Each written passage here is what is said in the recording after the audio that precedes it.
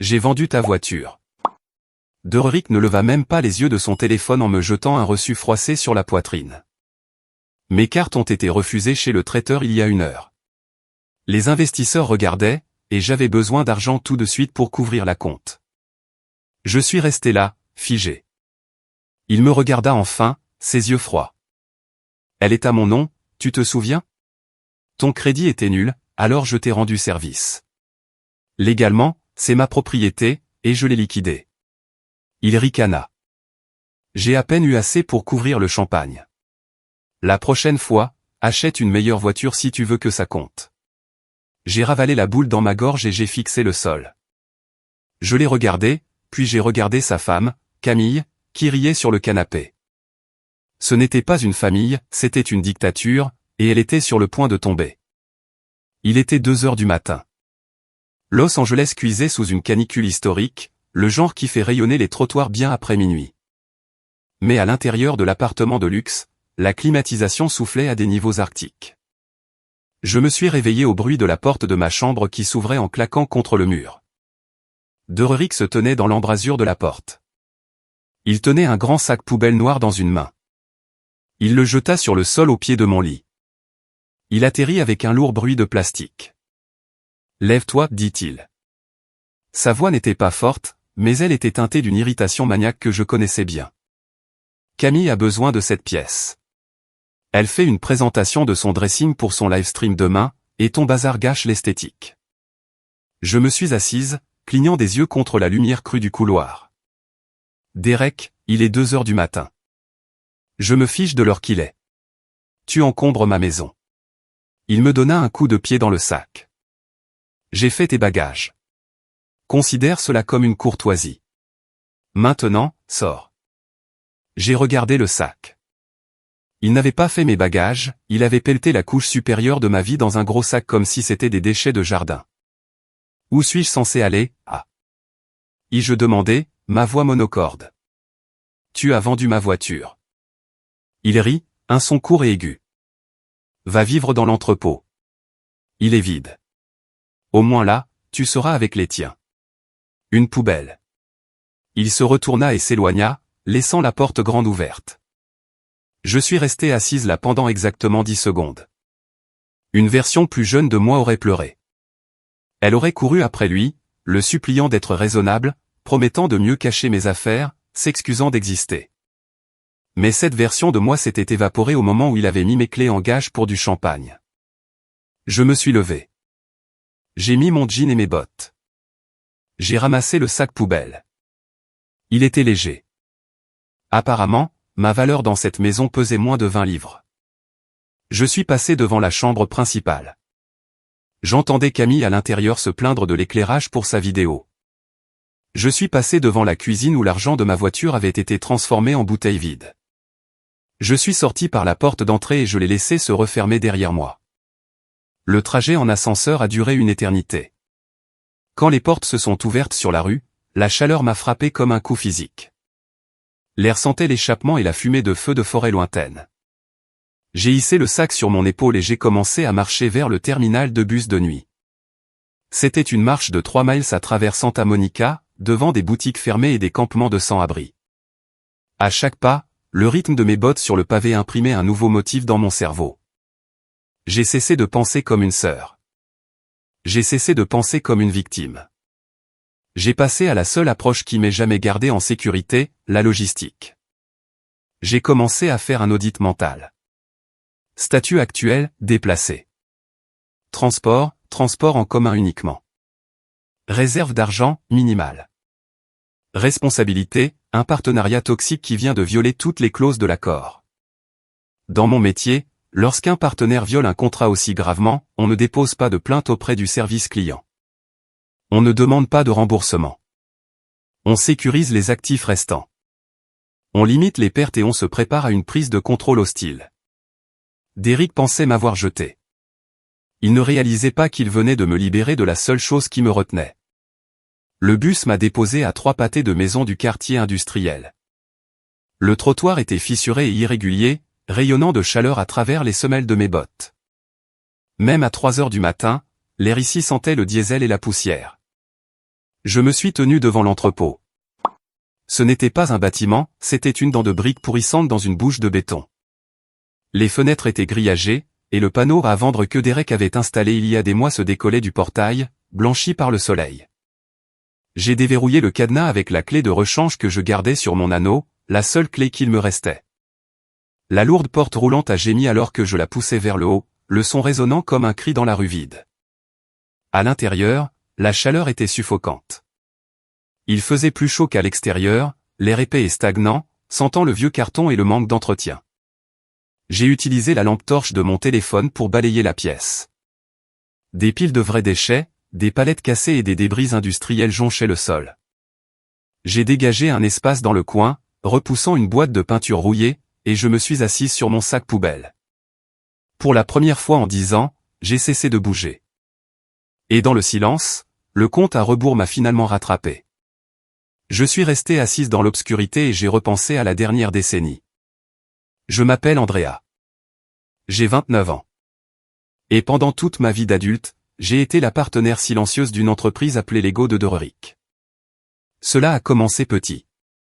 Quand nos parents sont morts, Derek a pris les rênes. C'était l'homme, le visionnaire, le PDG de rien. Il m'a dit que j'étais trop jeune, trop fragile pour gérer la succession. Il a dit, je prendrai le fardeau, Andrea. Toi, concentre-toi juste sur l'école. Alors les actes ont été à son nom. Les comptes ont été à son nom. Mais les factures venaient à moi. Je me suis souvenu de l'hiver où le chauffage est tombé en panne dans l'appartement de luxe. Derek était à Aspen en train de réseauter. Il m'a appelé affolé. Il faut arranger ça, Andrea, c'est notre maison. J'ai payé les $3000 pour la réparation. Je me suis souvenu quand les impôts fonciers de cet entrepôt étaient en retard. Il m'a dit, nous allons perdre l'héritage familial si nous n'agissons pas. J'ai vidé mon compte d'épargne pour payer le compté. Il aimait le mot nous. Nous construisons un empire. Nous sommes ensemble là-dedans. Nous devons nous serrer la ceinture. Mais ce soir, assise sur le béton sale, j'ai réalisé la traduction dans une famille toxique, nous est le mot le plus dangereux du dictionnaire. C'est un piège linguistique. Quand il y avait une dette, c'était la nôtre. Quand il y avait un profit, c'était le sien. Quand il y avait du travail à faire, c'était une obligation familiale. Mais quand il s'agissait de propriété, d'autorité ou de crédit, le nous s'évaporait instantanément. Il a vendu ma voiture parce qu'il croyait vraiment en avoir le droit. Il ne voyait pas cela comme voler sa sœur, il voyait cela comme la liquidation d'un actif appartenant à la corporation de Derek. J'étais juste une employée qui s'était trop habituée à penser qu'elle avait des droits. Il me maintenait pauvre pour que je reste dépendante. Il maintenait mon score de crédit bas pour que je ne puisse pas acheter mon propre logement. Il a orchestré mon désespoir pour que vivre dans un entrepôt ressemble à une miséricorde plutôt qu'à une punition. J'ai regardé autour de l'espace sombre et étouffant. Il appelait cet endroit un fardeau. Il appelait cela une pourriture qui tirait son portefeuille vers le bas. Mais alors que je m'étirais sur le sol dur, utilisant mon sac de vêtements comme oreiller, une pensée étrange m'est venue. Il n'est jamais venu ici. Dererick était terrifié par la saleté. Il était terrifié par le travail manuel. Il traitait cet endroit comme une zone radioactive, utile uniquement sur un bilan. Il n'avait pas mis les pieds à l'intérieur de ces murs depuis 5 ans, ce qui signifiait qu'il ne savait pas ce qu'il y avait dans les coins. Il ne savait pas ce qu'il y avait derrière les cloisons sèches. Il pensait m'avoir exilé dans une prison. Il ne réalisait pas qu'il venait de me donner la garde exclusive de la seule chose qu'il n'avait pas encore ruinée. 7 jours plus tard, la température atteignait 40 degrés Celsius. L'entrepôt était un four. L'air à l'intérieur scintillait de poussière et de stagnation. J'étais assis sur une caisse, vérifiant mes réserves d'argent restantes. Quand la porte latérale s'est ouverte en claquant, Dererick a fait irruption.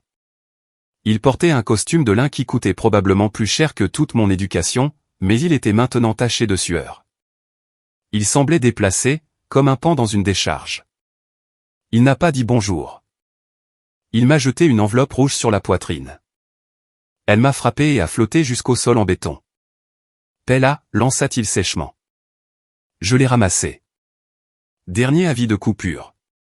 Los Angeles Department of Water and Power. Le montant dû était astronomique, 4000 $. Je n'ai pas utilisé d'électricité, Derek. Je charge mon téléphone avec une batterie solaire. Je n'ai même pas allumé une ampoule. Je me fiche de ce que tu fais. La facture est au nom de la succession. Cela signifie que c'est mon problème. Transfère-la à ton nom aujourd'hui ou je ferai enlever le compteur. Il fit demi-tour et partit, désireux de retourner à sa voiture climatisée. Je me tenais là, tenant l'enveloppe. Mon pouce effleura le graphique de consommation imprimé au dos. Je m'arrêtai. Je travaille dans la logistique. Mon travail n'est pas seulement de déplacer des boîtes, c'est d'analyser des données. Je recherche les inefficacités. Je recherche les fuites. Et quand j'ai regardé ce graphique, mon cerveau a instantanément signalé une anomalie. La ligne de consommation n'était pas irrégulière. Dans un bâtiment normal, la consommation d'énergie fluctue. Elle atteint des pics pendant la journée, diminue la nuit. Elle monte en flèche lorsque les machines s'allument. Mais cette ligne était plate. C'était une ligne horizontale droite sur tout le mois. Consommation élevée, tirage constant, 24 heures sur 24, 7 jours sur 7. Ce ne sont pas des lumières. Ce n'est pas un réfrigérateur oublié. C'est un support de vie. J'ai regardé autour de l'entrepôt vide et silencieux. Il n'y avait pas de machine en marche, pas de bouche d'aération qui ronronnait, juste le silence et la chaleur. Mais le compteur ne ment pas. Quelque part dans ce bâtiment, quelque chose consommait de l'électricité comme un animal affamé. Je me suis dirigé vers le tableau électrique sur le mur du fond. C'était un vieux panneau industriel couvert de crasse. Je l'ai ouvert. La plupart des interrupteurs étaient scotchés, étiquetés hors service. Mes un disjoncteur, étiqueté zone 4, était chaud au toucher. J'ai suivi le conduit. Il montait le long du mur, traversait les poutrelles du plafond et disparaissait derrière une pile de feuilles de contreplaqué pourries appuyées contre le coin arrière de l'entrepôt. Je me suis dirigé vers le contreplaqué. J'ai retiré la première feuille. Elle s'est écrasée sur le sol, soulevant un nuage de poussière. Derrière, ce n'était pas de la brique, c'était du placoplâtre. Du placoplâtre plus récent. Quelqu'un avait construit une cloison, un faux mur pour raccourcir la pièce. J'ai attrapé un pied de biche dans mon sac à outils. Je l'ai enfoncé dans le joint et j'ai tiré. Le placoplâtre s'est effrité. Une bouffée d'air froid m'a frappé le visage. C'était un air glacial, stérile, climatisé, et avec lui est venu un son, un bourdonnement faible et constant qui avait été étouffé par l'isolation. J'ai fait un trou assez grand pour passer à travers. Je ne regardais pas un placard de rangement. Je regardais une chambre forte climatisée. L'espace était plongé dans l'obscurité, éclairé uniquement par les LED vertes clignotantes d'énormes déshumidificateurs industriels alignés le long des murs. Ils étaient la source du bourdonnement. Ils étaient la raison de la facture. J'ai levé ma lampe de poche. Le faisceau a transpercé l'obscurité et a frappé quelque chose qui ressemblait à une gigantesque ampoule transparente. C'était une capsule de voiture. Une bulle de stockage gonflable utilisée pour préserver les véhicules haut de gamme sous vide. Et il n'y en avait pas qu'une. Il y en avait 12. 12 bulles scintillantes alignées avec une précision militaire. Je suis allé à la première. Le faisceau de ma lampe torche a dansé sur la courbe d'une aile. Peinture Ver Island. Ligne de toit fastback. Mon cœur martelait mes côtes. Je connaissais cette voiture. Tout le monde connaissait cette voiture. C'était une Ford Mustang GT de 1968, mais ce n'était pas n'importe quel Mustang. J'ai vu l'enfoncement dans le pare-chocs arrière, les dégâts spécifiques non réparés d'une célèbre scène de poursuite. C'était la Mustang aux boulettes. Je suis passé à la bulle suivante, une Ferrari 250 GT California Speeder de 1961. La plaque d'immatriculation indiquait les Nervous. Je titubais. Derek appelait cet endroit un fardeau. Il l'appelait une dent pourrie. Il m'a jeté un avis de coupure parce qu'il était trop radin pour payer la facture. Il ne savait pas. Il n'avait jamais regardé. Il n'avait jamais vérifié le compteur. Il était si aveuglé par son arrogance qu'il était assis sur le saint Graal de l'histoire d'Hollywood et le traitait comme une décharge. Je n'étais plus dans un entrepôt. J'étais dans un coffre-fort de banque, et j'étais la seule à connaître la combinaison. Je n'ai pas appelé Derek. Je n'ai pas appelé la compagnie d'électricité. J'ai appelé Graham. Graham était un spécialiste du fret avec qui j'avais travaillé sur un contrat de logistique cauchemardesque il y a 2 ans, impliquant un conteneur de montres vintage à destination de Dubaï. Il n'a pas posé de questions, il savait juste ce que les choses valaient. Il s'est arrêté à l'entrepôt 40 minutes plus tard dans une berline discrète. Il a regardé la peinture écaillée, les fenêtres grillagées et la décrépitude générale du quartier industriel avec un froncement de sourcils sceptique. « Tu as dit que tu avais un problème de cargaison, Andrea, dit-il, en enjambant une flaque d'huile près de l'entrée. Cela ressemble plus à un site de démolition. Il ne s'agit pas du bâtiment, Graham. Il s'agit de l'inventaire. Je l'ai mené au faux mur. Je lui ai tendu une lampe de poche. Zone 4, dis-je. Jette un coup d'œil. Il est passé à travers le trou dans la cloison sèche. J'ai entendu son souffle se couper, puis le silence. Un long et lourd silence. Je l'ai suivi à l'intérieur. Il se tenait devant la Mustang boulette, son visage à quelques centimètres de la bulle en plastique.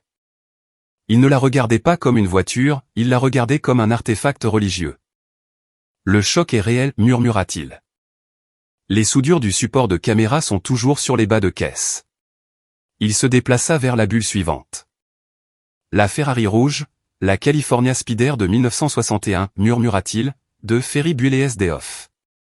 Ils ont dit que la voiture principale avait été détruite. Ils ont dit qu'elle avait été écrasée. Il se tourna vers moi, les yeux écarquillés. Elle n'a pas été écrasée. Elle était cachée. Il passa les 20 minutes suivantes à avancer le long de la ligne.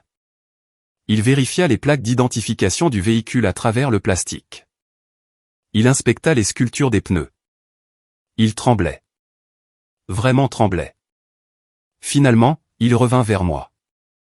Il retira ses lunettes et les essuya sur sa chemise. « Andrea, dit-il, sa voix tremblante. As-tu la moindre idée de ce sur quoi tu te tiens ? J'ai une idée. J'ai besoin d'un chiffre. Conservateur. Si vous liquidiez rapidement à un acheteur privé. 12 millions. Mon estomac se serra. 12 millions de dollars. Si nous la mettions aux enchères, continua Graham, sa voix montant, si nous faisions connaître l'histoire de la flotte cinématographique perdue, 15 millions de dollars. Facile. Peut-être 20. 15 millions de dollars. Derrick vendait le terrain pour 500 000 $ afin de rembourser une dette de 200 000 $. Il jetait 15 millions de dollars parce qu'il était trop paresseux pour regarder derrière une feuille de contreplaqué. Graham réalisa que le propriétaire pensait que la chambre forte contenait des déchets dangereux. C'était l'erreur. Je jouais le jeu. Le propriétaire, Derek, voulait vider l'entrepôt pour éviter une pénalité de 50 000 $. Je lui dis que je pouvais gérer les déchets, mais seulement s'il signait un document me transférant tout le contenu pour protection légale. Paniqué et arrogant, il signa sans lire. Au matin, les voitures avaient disparu. Lors de la clôture, Derrick a vendu le terrain pour 500 000 $ et s'est moqué de moi pour avoir transporté des ordures. Je lui ai montré l'email de Sibi. La Mustang et la Ferrari étaient assurées pour 15 millions de dollars. Il les avait cédées. Son avocat a confirmé que le contrat était contraignant. Derek avait légalement défini le contenu comme des déchets. Il a tout perdu, argent, mariage, réputation, et les poursuites judiciaires ont échoué. J'ai gardé les voitures, acheté une entreprise de logistique et récupéré l'ancienne maison de mes parents. Derek courait après le statut.